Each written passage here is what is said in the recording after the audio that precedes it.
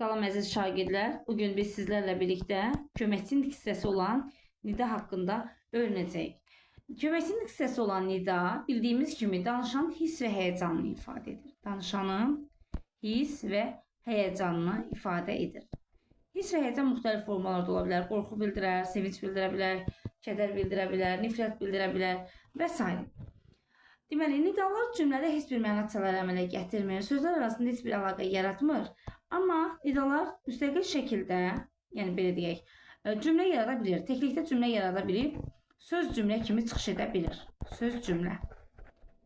Bu da onu ədat və modal sözlə birləşdirir.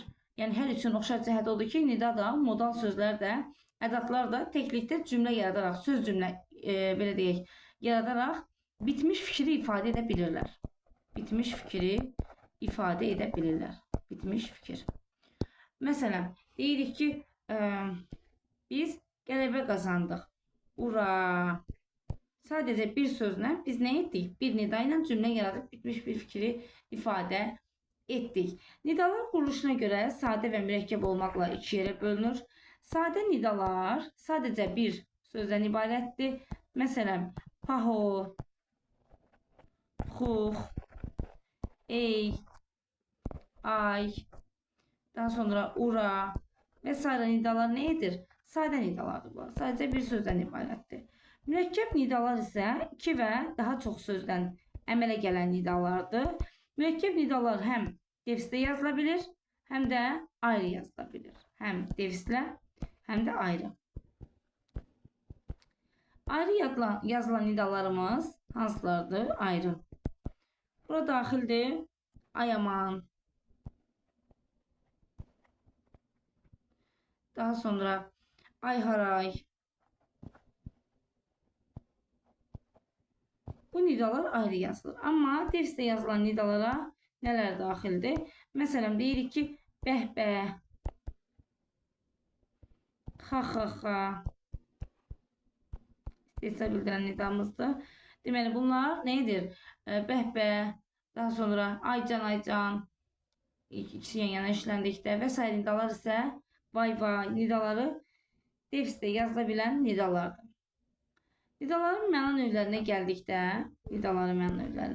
deməli, nidaların məna növləri hansılardır? Nidaların bölünməsi şərtidir, çünki onlar hiss və həyəcan bildirir və cümlədə işləmə yerindən asılı olaraq digər mənalarda, məna növlərində işlənə bilər. Amma yenə də nidaları bu şəkildə bölürük. Deməli, qorxu bildirən, narahatlıq bildirən nidalarımız var ki, bura daxildir. Vay, o necə də qorxuludur. Ah, daha sonra uy, ah nidaları nə nidalardır?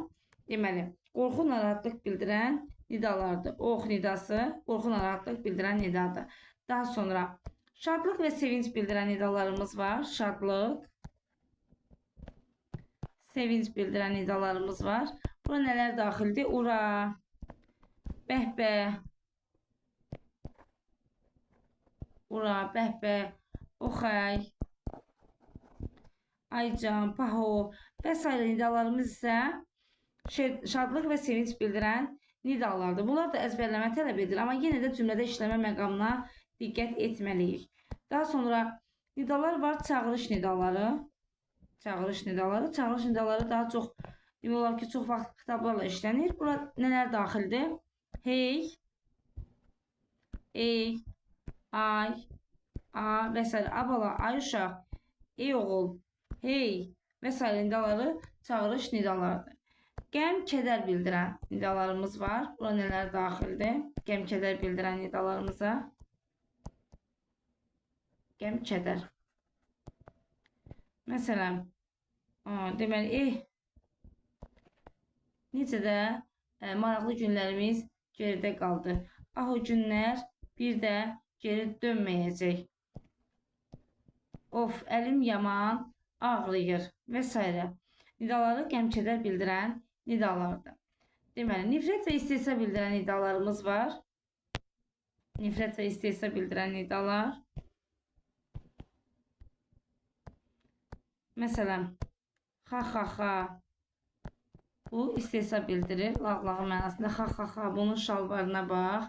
Və yaxud da deyirəm ki, Bax, bu da özünü bir adam sayır. Və tu, bir də bura gələn deyiləm. Bu da nifrət yaradan bir nidadır. Nidaların yazılışından danışsaq, nidalar əsasən sözdən ayrı yazılır. Düz, nidalar əsasən sözdən ayrı yazılır. Amma çox istisna halda, deməli, A nidası, çağırış nidası. Bildiyimiz kimi çağırış nidalarının əksəriyyəti xitabla işlənir. Xitabla işləndikdə xitabdan sonra işlənir bəzən və bu zaman sözə bitişik yazılır. Deyirəm ki, A Seyid bir cəmaata nəzər sal. Desəm Seyida cəmaata nəzər sal. Deməli, deyə bilmərik ki, nidalar hər zaman ayrı yazılır. Xitablarla işləndiyi zaman bəzi nidalar sözə bitişik də yazılır. Nə zaman? Xitabdan sonra işləndikdə sözə bitişik yazıla bilir. Daha sonra, nidaların işlənmə yeri sərbəstdir. Həm cümlənin əvvəlində, həm cümlənin ortasında, həm də cümlənin sonunda işlənə bilir. Deməli, əvvəldə gələn nidadan sonra vergül qoyulur, ortada gələn nidanın hər iki tərəfindən, sonda gələn nidadan isə əvvəl vergül qoyulur. Bu, digər köməkçilik hissəsi olan modal sözlərdə də vergülün işlənmə qaydası belədir. Xitablarda da vergülün işlənmə qaydası belədir. Daha sonra, əgər xitab, nida xitabla işlənibsə, məsələn, əgər nida xitabla işlənibsə, məsələn, bir var deyirik ki, ey, mənə bax. Burada nə edirik? Xitabdan sonra, nidadan sonra vergül qoyuruq. Amma çağırış nidaları xitabla da işlənə bilər. Ey oğul, mənə bax. Buradakı deməli, çağırış nidası xitabla işlənir və bundan sonra vergül işarəsindən istifadə olunur. Daha sonra deyirəm ki, ay bala, anana qulaq as.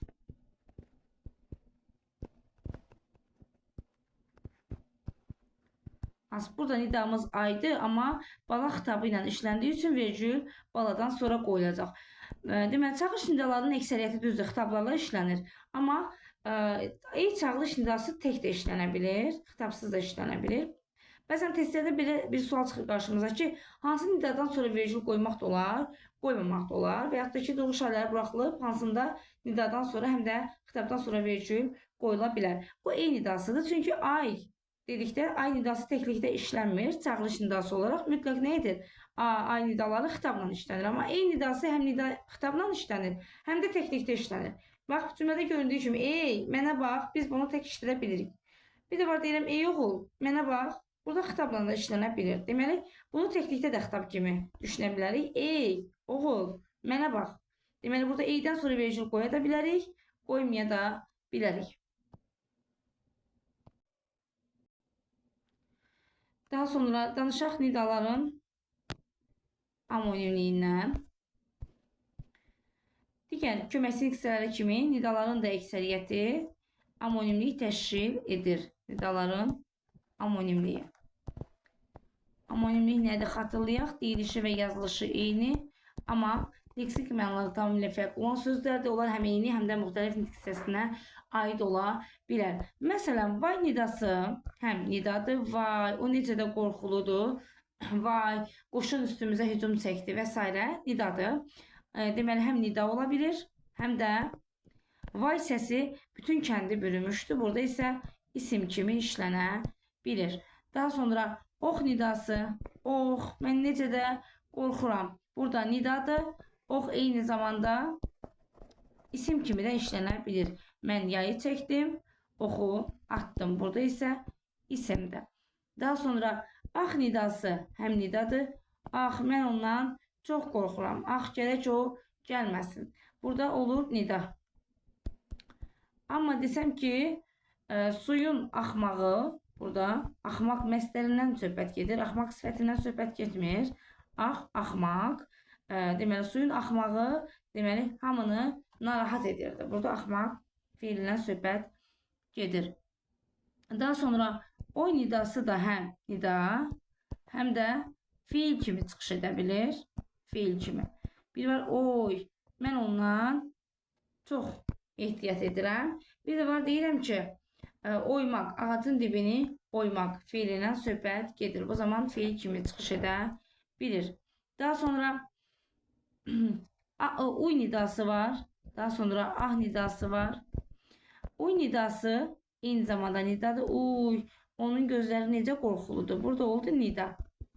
Bir də var deyirəm ki, sən deyilənlərə uyma, onun yalanlarına uyma. Uymaq fiilindən söhbət gedir. Uymaq, uymaq. Daha sonra ah, bir var deyirik ki, ah, keçən günlər bir də geri dönməz. Burada nidadır, hiss-həyəcan bildirir. Bir də var deyirəm ki, o dərindən ah çəkdi.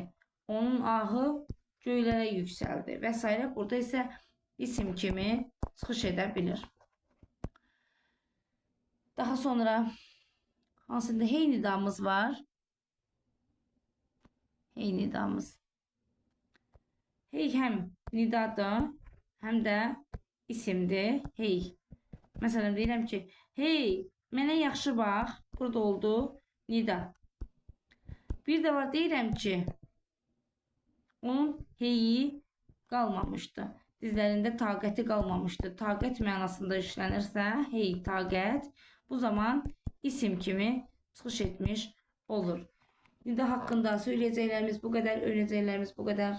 Videonun sonunda fikirlərinizi rəydə yazmağı, bizdən bölüşməyi, videonu bəyənməyi, kanalımıza abunə olmağı unutmayın. Diqqətiniz üçün təşəkkürlər.